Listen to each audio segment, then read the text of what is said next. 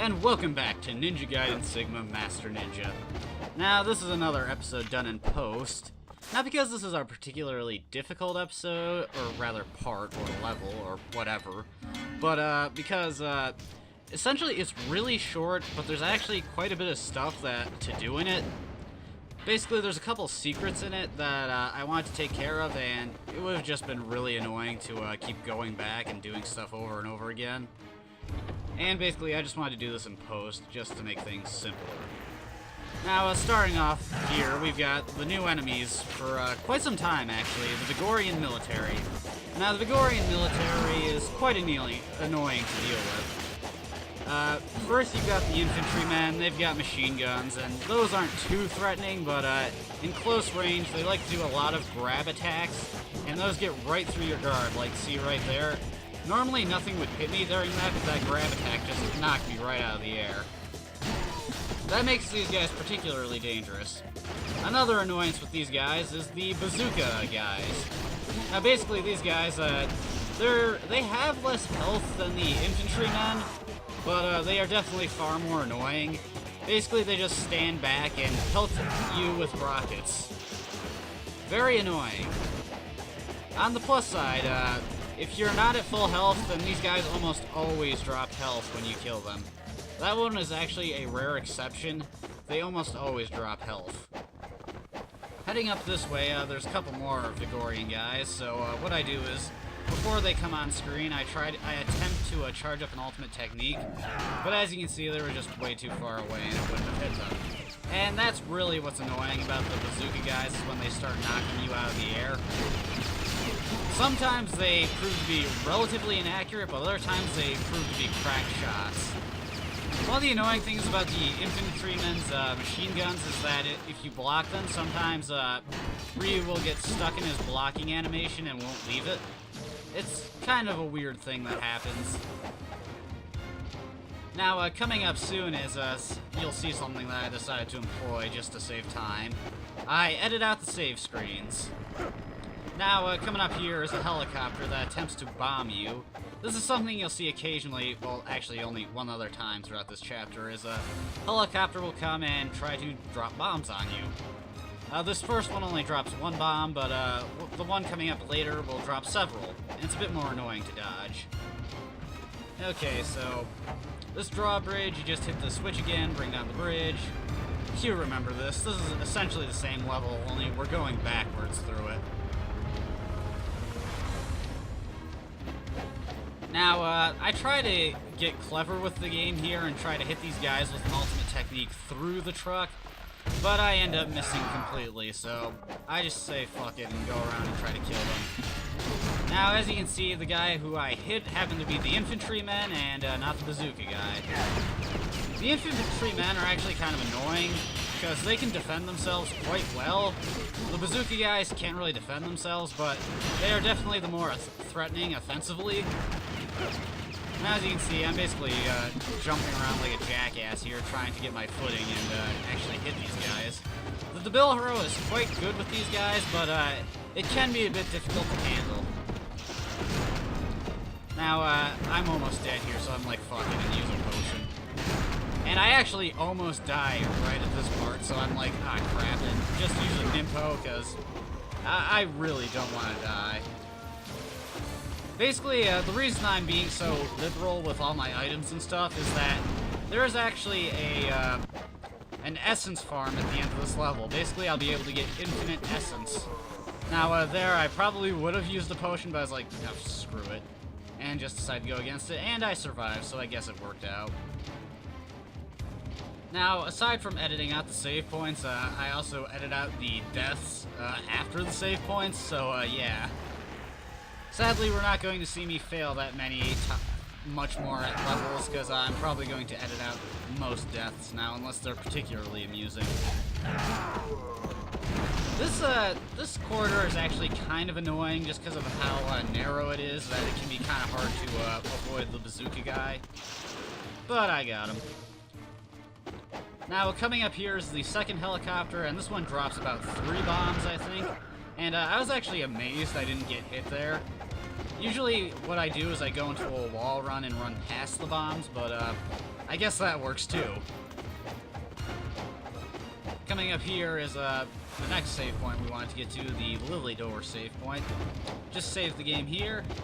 And one thing I didn't get to show off is that there's actually a couple of enemies by that save point, but basically in the editing I lost the fight with them. Now here I tried to get greedy and oh, that must have been a different recording. I thought I had tried to get greedy and pull off the full ultimate technique there, but whatever, I guess I got smart that time. This is actually a fairly easy encounter because you've got a bit of room to work with for once. Now you'll notice that I go into my equipment screen and equip the Lunar, and there's a very good reason I do this. It's for a fight coming up. This fight in particular. That's right, a fight with two Berserkers. Now, basically the strategy here is equip the Lunar and counter. Now, when you're fighting more than one Berserker, basically what they'll do is one will attack you right up in your face, one will stay behind and try to hit you with ranged attacks. Also, I'd just like to point out how freaking ridiculous that timer is. You get like 14 seconds, and it is completely impossible to kill these things in that amount of time.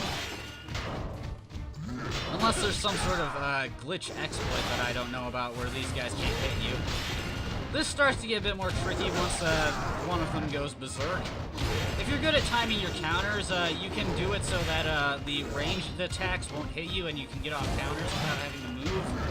But I'm not that good at counters, so I decide not to risk it usually. Thankfully, once you take down this one, it gets a lot easier because you don't have somebody pelting you with ranged attacks constantly. One nice thing about Berserkers is that when you kill them, they almost always drop health. Now, this one's essentially the same strategy, only this time you don't have to dodge any ranged attacks. The counter usually gets through their guard, but they can occasionally throw out a block.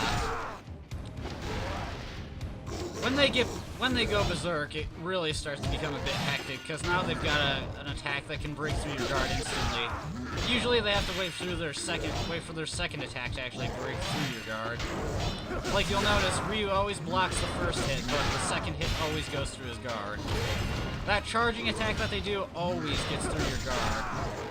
If you get caught up in it up against the wall, you're gonna have to do some serious dodging to not get killed.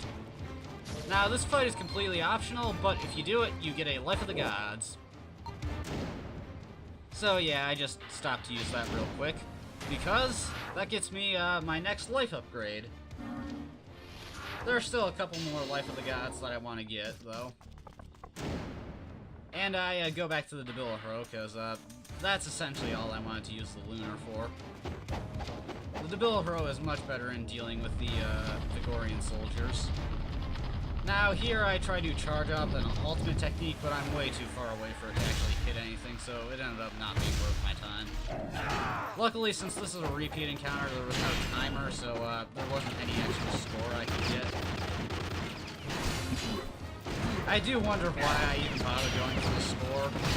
I'm not that good at it, and I wasn't planning on making this a pure score run anyway. I guess I just like having a high points total.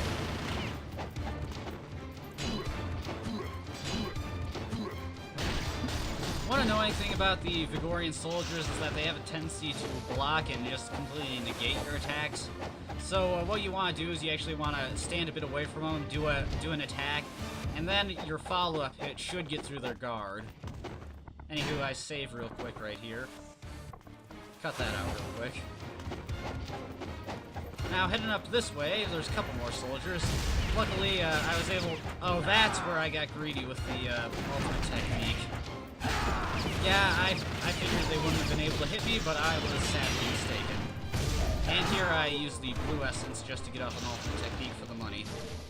Because I figured I had enough health anyways, and the save point is right there, so it wouldn't have really mattered.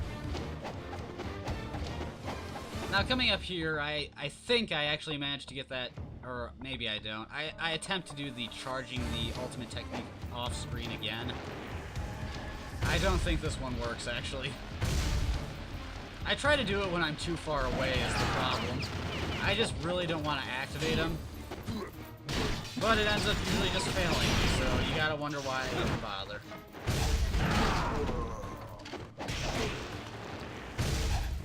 if I had waited a bit, I might have been able to get off an ultimate technique there, but oh well. Now, going up this way, the skull door from earlier, now that we have the skull key, we can actually get through there. And there's a couple of goodies in here. First off is Golden Scarab, then there's a Muramasa statue. But, up here is another hidden Golden Scarab, and this one I actually had a bit of trouble getting to because of the camera angle. Basically, you just have to go into a wall run and go into that little alcove on the left side. The problem is that the angle you have to hit the wall at is kind of annoying.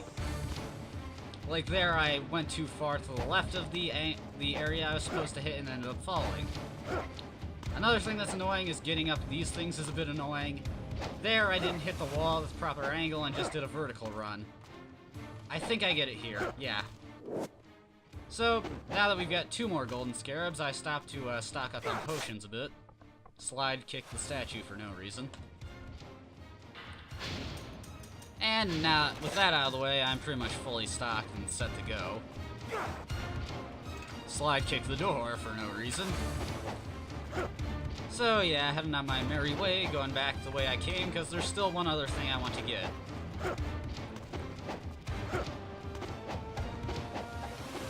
The annoying thing about this area is that these guys keep respawning.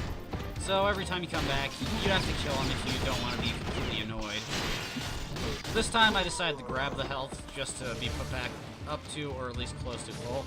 And I end up getting put back up to full anyway, because that guy dropped health as well. Now, right here, I actually cut around a bit, because I had a hell of a time making this jump. You see, the first time I made it real easily. Well, the second, I fucked up and missed the wire and fell down. And then basically, it took me like 10 times to get this jump right again. And even then, I had to use a cheap trick to do it right. I don't know what happened there. Yeah, when you do that attack with the dragon sword, it sends you forward and up a little bit. So I'm wondering, how the hell do I grab this wire? And then I say just screw it and do a wall run into it. And you may remember this. This is that piece of the Life of the Gods that I couldn't get because the SWAT team members kept attacking me and I just couldn't grab it. So yeah, I finally got that Life of the Gods. Had I gotten this earlier, I would have had an extra life upgrade for the fight with Alma, but oh well. You win some, you lose some, I guess. So yeah. Anyways, that's the end of this episode. Next episode, we'll be meeting an old friend for a boss fight. So yeah, until next time, see ya.